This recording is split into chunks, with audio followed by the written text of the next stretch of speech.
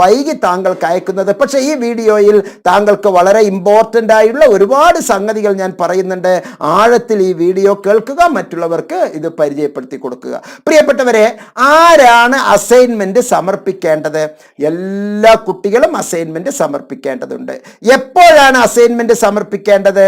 താങ്കൾ അഡ്മിഷൻ എടുത്തതിന് ശേഷം, സെമസ്റ്റർ കുട്ടിയാണ് എങ്കിൽ അഡ്മിഷൻ കഴിഞ്ഞ ഉടനെ തന്നെ, അല്ലെങ്കിൽ അഡ്മിഷൻ എടുക്കാൻ പോകുന്നതിന് മുമ്പേ തന്നെ യൂണിവേഴ്സിറ്റിയുടെ പോർട്ടലിൽ നിന്ന് താങ്കൾക്ക് അസൈൻമെന്റ് കോപ്പി എടുക്കാവുന്നതാണ്. അസൈൻമെന്റ് എടുക്കാൻ താങ്കൾക്ക് അറിയുന്നില്ല എങ്കിൽ എംനോട്ട്സിലെ സെന്റർ ഫോർ ബിഹേവിയറൽ സയൻസിലെ ഒരു വാട്സപ്പ് മെസ്സേജ് വിട്ടാൽ താങ്കൾക്ക് ഇമെയിലിൽ അസൈൻമെന്റ് നിർബന്ധമായും അയച്ചു തരുന്നതായിരിക്കും. താങ്കൾക്ക് ചെയ്യാൻ പ്രയാസമുണ്ടെങ്കിൽ ഈ രണ്ട് രീതിയിൽ താങ്കൾക്ക് ചെയ്യാം. ഒന്നിലോ സൈറ്റിൽ നിന്ന് താങ്കൾ നേരിട്ട് എടുക്കാം, അല്ലെങ്കിൽ സാർ ഇതൊന്ന് എടുത്തു തരൂ എന്ന് സ്റ്റാഫിനോട് പറയാം. ഹെൽപ്പ് ഡെസ്ക് സ്റ്റാഫ് താങ്കൾക്ക് വേണ്ടി അസൈൻമെന്റ് എടുത്ത് ഇമെയിലിൽ അയച്ചു തരാം. അത് നമ്മൾ തമ്മിലുള്ള ഒരു ബന്ധത്തിന്റെ ഒരു രൂഢതയാണ്, ഒരു ദൃഢതയാണ്. ഓക്കെ, അപ്പൊ അസൈൻമെന്റ് നിങ്ങൾ ഏത് സെഷനിലാണോ അഡ്മിഷൻ എടുക്കുന്നത് ആ സെഷനിലെയാണ് അഡ്മിഷൻ. നിങ്ങൾ പരീക്ഷ എപ്പോഴോ എഴുതിക്കോ. ചിലർ പറയും, സാർ പരീക്ഷയുടെ ആ മാസമുള്ള അസൈൻമെന്റ് ആയിരിക്കല്ലേ? അല്ല അല്ല അല്ല അല്ല അല്ല വളരെ നന്നായി ശ്രദ്ധിക്കുക. Attention please, attention please. Yes yes, attention please. താങ്കളുടെ സെഷനിലെ തുടക്കം, താങ്കൾ എന്നാണോ ഏത് സെഷന് വേണ്ടിയാണോ അഡ്മിഷൻ എടുത്തിരിക്കുന്നത് ആ സെഷന്റെ അഡ്മിഷനാണ് ഉണ്ടാവുക. ആ സെഷന്റെ അസൈൻമെന്റ് ആണ് എടുക്കേണ്ടത്. ഒരേ സന്ദർഭത്തിൽ അസൈൻമെന്റ് പോർട്ടലിലെ പല അസൈൻമെന്റുകളും കാണും. ഹിന്ദിയിൽ കാണും, മലയാളത്തിൽ കാണും, പല രീതിയിൽ കാണും. ചില CFN തുടങ്ങിയ പ്രോഗ്രാമുകൾക്കെല്ലാം തന്നെ പല ലാംഗ്വേജിലെ അസൈൻമെന്റുകൾ ഉണ്ട്. അപ്പം നിങ്ങൾ എന്ത് ചെയ്യണം? ഇംഗ്ലീഷിലെ അസൈൻമെന്റ് കൃത്യമായി ഏത് കൊല്ലത്തെ ഏത് സെഷനിലെയാണ് താങ്കൾ എന്ന് ശ്രമിക്കണം. അവിടെ 2 സെഷൻ ചിലപ്പോൾ ക്ലബ് ചെയ്ത് ഇഗ്നോ തരാം. ഉദാഹരണം, ജൂലൈ 21, ജാനുവരി 22. ജൂലൈ 21 അഡ്മിഷൻ നേടിയവരും ജാനുവരി 22 അഡ്മിഷൻ നേടിയവർക്കും അത് ബാധകമാണ്. ഓക്കെ, അത് സെഷൻ സെമസ്റ്റർ പ്രോഗ്രാം ആയിക്കോട്ടെ, ആനുവൽ പ്രോഗ്രാം ആയിക്കോട്ടെ, നിങ്ങൾ എപ്പോഴാണോ അഡ്മിഷൻ എടുത്തത് ആ സെഷനിന്റെ അസൈൻമെന്റ് ആണ് എടുക്കേണ്ടത്. ക്ലിയർ? അതിന് ഒരു സംശയമില്ല. ഇനി ജൂലൈ 22 ആണ് നിങ്ങൾ അഡ്മിഷൻ നേടിയത്. ഇപ്പോൾ നടന്നുകൊണ്ടിരിക്കുന്നത് ജൂലൈ 22 എന്ന് അതിൽ എഴുതി വച്ചിട്ടുണ്ടാവും. പിന്നെ അതിനോടൊപ്പം ചിലപ്പോൾ സഫിക്സ് ആയിട്ട് ജാനുവരി 23 എന്ന് എഴുതിയിട്ടുണ്ടാകും, അതെടുക്കാം. അല്ലെങ്കിൽ ജൂലൈ 22 മുമ്പ് പ്രിഫിക്സ് ആയിട്ട് ജാനുവരി 22 എന്നും എഴുതി വച്ചിട്ടുണ്ടാകാം. അപ്പൊ നിങ്ങളുടെ ബാച്ച് അതിൻ്റെ അകത്തുണ്ടോ ആ അസൈൻമെന്റ് കണ്ണും പൂട്ടി താങ്കൾക്ക് എഴുതാം. ആ അസൈൻമെന്റ് നേരത്തെ സമർപ്പിക്കുക, whether you are writing examination or not. Examination എഴുതുന്നെങ്കിലും എഴുതുന്നില്ലെങ്കിലും അസൈൻമെന്റ് ആദ്യമേ സമർപ്പിക്കുക. ഹോ ഈശ്വര, ഒന്ന് കഴിഞ്ഞു, അതാണ് ഏറ്റവും നല്ലത്. ഒന്ന് കഴിഞ്ഞു, ഒരു ഭാരം കഴിഞ്ഞു. 90+ മാർക്ക്, 90+ മാർക്ക്. ആ മാർക്കിന്റെ ഗുണം ഞാൻ പറഞ്ഞു തരാം. അസൈൻമെന്റ് ആണ്. നിങ്ങളെ നെറ്റ് എഴുതണോ, കോളേജ് അധ്യാപകനാകണോ, നിങ്ങൾ നല്ല ഒരു ലെവലിൽ എത്തണോ, നല്ല ഒരു ഉദ്യോഗാർത്ഥി ആകണോ എന്ന് താങ്കളുടെ മാർക്കിനെ വല്ലാതെ സ്വാധീനിക്കുന്ന, താങ്കൾക്ക് ഉന്നതങ്ങളിലേക്ക് എത്തിക്കാനുള്ള റാങ്ക് തരുന്നത് ഈ അസൈൻമെന്റിന്റെ സ്കോറാണ് എന്ന് ആണയിട്ട് ഞാൻ പറയുകയാണ്. എഴുത്ത് പരീക്ഷയിലെ കേവലം 40 മാർക്ക് വാങ്ങിച്ചിട്ടുള്ളവർ അസൈൻമെന്റിലെ ടോപ്പ് മാർക്ക് വാങ്ങിച്ചാൽ പോലും 55% മാർക്ക് വാങ്ങുന്ന വിദ്യയാണ് ഞാൻ ഒരു കാൽക്കുലേഷനിൽ ഇപ്പോൾ പറഞ്ഞു തരുന്നു. വീഡിയോ പൂർണ്ണമായി കാണുക. അത് നിങ്ങൾക്ക് വേണ്ടിയാണ് പറയുന്നത്, എനിക്ക് റീച്ച് കിട്ടാനൊന്നുമല്ല. ഇനി അസൈൻമെന്റ് എഴുതുമ്പോൾ മാനുവലിൽ നമ്മുടെ പ്രോഗ്രാം ഗൈഡിൽ പറഞ്ഞിരിക്കുന്നത് ലീഗൽ പേപ്പറിൽ എഴുതുക, ഫുൾ സ്കേപ്പിൽ എഴുതുക എന്ന്. സത്യത്തിൽ ഈ ഫുൾ സ്കേപ്പ് എന്ന് പറയുന്നത്, ഫുൾ സ്കാപ്പ് എന്ന് പറയുന്ന ഒരു തൊപ്പിയുടെ ഒരു പഴഞ്ചൻ ഒരു ഡ്രമാറ്റിക് ലാംഗ്വേജ് ആണ്. ഇപ്പൊ നമ്മൾ ഫുൾ സ്കേപ്പ് അഥവാ ആധാരം എഴുതുന്ന ഈ നീളത്തിലുള്ള ലീഗൽ പേപ്പർ അല്ല നമ്മൾ. അത് ലീഗൽ ആധാരം നിയമപരം എന്നുള്ളതാണ് ആ പേപ്പറിന്റെ സൈസ് പറയുന്നത്. നമ്മളുടെ A4 സൈസിൽ നിന്ന് 1 ഇഞ്ച് കൂടുതൽ അതിന്റെ ഹൈറ്റ് 1 ഇഞ്ച് കൂടുതൽ ഉണ്ടാകും. ആ പേപ്പറല്ല, നമ്മൾ A4 തന്നെ എഴുതിയാൽ മതി. നമുക്കൊരു ചെറിയ വ്യത്യാസമുണ്ട് മറ്റെല്ലാവരും ചെയ്യുന്നതിൽ നിന്ന്. A4 ചെയ്താൽ മതി. 2 പുറത്തും താങ്കൾക്ക് എഴുതാവുന്നതാണ്.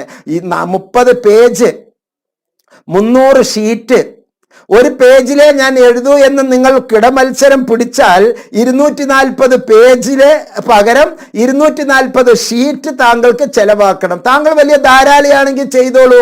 അങ്ങനെ ചെയ്തത് കൊണ്ട് മാർക്ക് കൂടുതലൊന്നും കിട്ടുകയൊന്നുമില്ല. 240 പേജ് വെച്ചത് കൊണ്ട് സത്യത്തിൽ കനം കൂടിയാൽ പ്രാകുകയാണ് ചെയ്യുക. അധ്യാപകരെ ഇത്രയും കൊണ്ടുപോകണ്ടേ? വീട്ടിലിരുന്നോ അവരുടെ ഓഫീസിലിരുന്നോ നോക്കണ്ടേ? നിങ്ങളെല്ലാം ഒറ്റ ഷീറ്റിലായിട്ട് 1000 പേജ് 1000 എണ്ണം എനിക്ക് കിട്ടുന്നു എന്ന് കരുതുക. സപ്പോസ് എൻവയോൺമെന്റൽ സ്റ്റഡി ഒരു കോളേജിലെ എല്ലാവർക്കും എൻവയോൺമെന്റൽ സ്റ്റഡീസ് 181 182 ഉണ്ടാവും.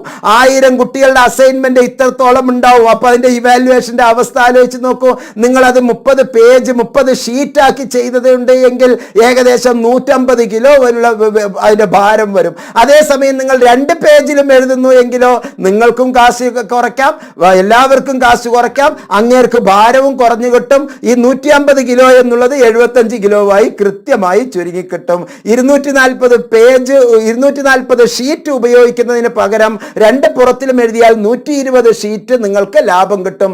120 ഷീറ്റ് എന്ന് പറഞ്ഞാൽ 70 രൂപയാണ് എൻ്റെ സുഹൃത്തുക്കളെ. അത് താങ്കൾക്ക് ലാഭം കിട്ടും. ആ കാശ് മതി താങ്കൾക്ക് പോസ്റ്റൽ ചെയ്യാൻ. ഓക്കെ, അപ്പൊ അത് മനസ്സിലാക്കുക. അസൈൻമെന്റ് എഴുതുന്നതിനെ പറ്റി ഞാൻ വിശദീകരിച്ച് പറഞ്ഞു തരാം. അതിൻ്റെ മുമ്പ് അതിൻ്റെ മുകളിൽ 2 സാധനം വെക്കേണ്ടതുണ്ട്. ഒന്ന്, ഇതുപോലെ ഭംഗിയുള്ള നിങ്ങളുടെ എൻറോൾമെന്റ് നമ്പർ, നിങ്ങളുടെ പേര്, നിർബന്ധമായും നിങ്ങളുടെ മൊബൈൽ നമ്പർ, നിങ്ങളുടെ പ്രോഗ്രാം കോഡ്, നിങ്ങളുടെ കോഴ്സ് കോഡ്, നിങ്ങളുടെ കോഴ്സ് ടൈറ്റിൽ, അസൈൻമെന്റ് നമ്പർ ആദ്യമായിട്ട് എഴുതുന്നത് കൊണ്ട് 1 സ്റ്റഡി സെന്റർ, അതിന്റെ കോഡും സ്റ്റഡി സെന്ററിന്റെ പേര്, എന്നാണ് സബ്മിറ്റ് ചെയ്തത് എന്ന് നിങ്ങളുടെ ഒപ്പ് കൃത്യമായി ഇത്രയും എഴുതുന്ന ഒരു ആമുഖ ഷീറ്റ്. ഇത് എം നോട്ട്സിലെ എല്ലാ സുഹൃത്തുക്കൾക്കും നമ്മളുടെ ടെലഗ്രാം ചാനലിൽ ഇത് ഞാൻ ഇട്ടിട്ടുണ്ട്. താങ്കൾക്ക് ഇത് ഫ്രീ ആയി പ്രിന്റ് ഔട്ട് എടുക്കാവുന്നതാണ്. മറ്റൊരു സംഗതി, ഇത് എഴുതിയതിന് ശേഷം അസൈൻമെന്റുകൾ പേജുകൾ കഴിയുന്നത്ര ചുരുക്കുക എന്ന് ഞാൻ പറഞ്ഞു. 2 പേജിലും എഴുതുക. കാരണം നമ്മൾ 75 GSMന്റെ A4 ഷീറ്റാണ് ഉപയോഗിക്കുന്നത്. ഇവിടെ എഴുതിയത് കൊണ്ട് അപ്പുറത്തേക്ക് അത് പിടിക്കുകയൊന്നുമില്ല. ഒരു ലോലമായ ന്യൂസ് പേപ്പർ പോലത്തെ പേപ്പറിൽ എഴുതുമ്പോഴാണ് അപ്പുറത്ത് അച്ച് പിടിക്കുക. ഇത് അതൊന്നും പിടിക്കില്ല. അതുകൊണ്ട് ധൈര്യത്തിൽ 2 പുറത്തും എഴുതിക്കോളൂ. നമ്മളെല്ലാവരും അധ്വാനത്തിലൂടെ വിശപ്പിന്റെ അംശം അറിയുന്നവരാണ്. ധാരാളിത്തം ഒരിക്കലും നമുക്കറിയില്ല. എക്കണോമൈസിംഗ് എന്ന് പറഞ്ഞാൽ പിശുക്ക് എന്നല്ല അർത്ഥം.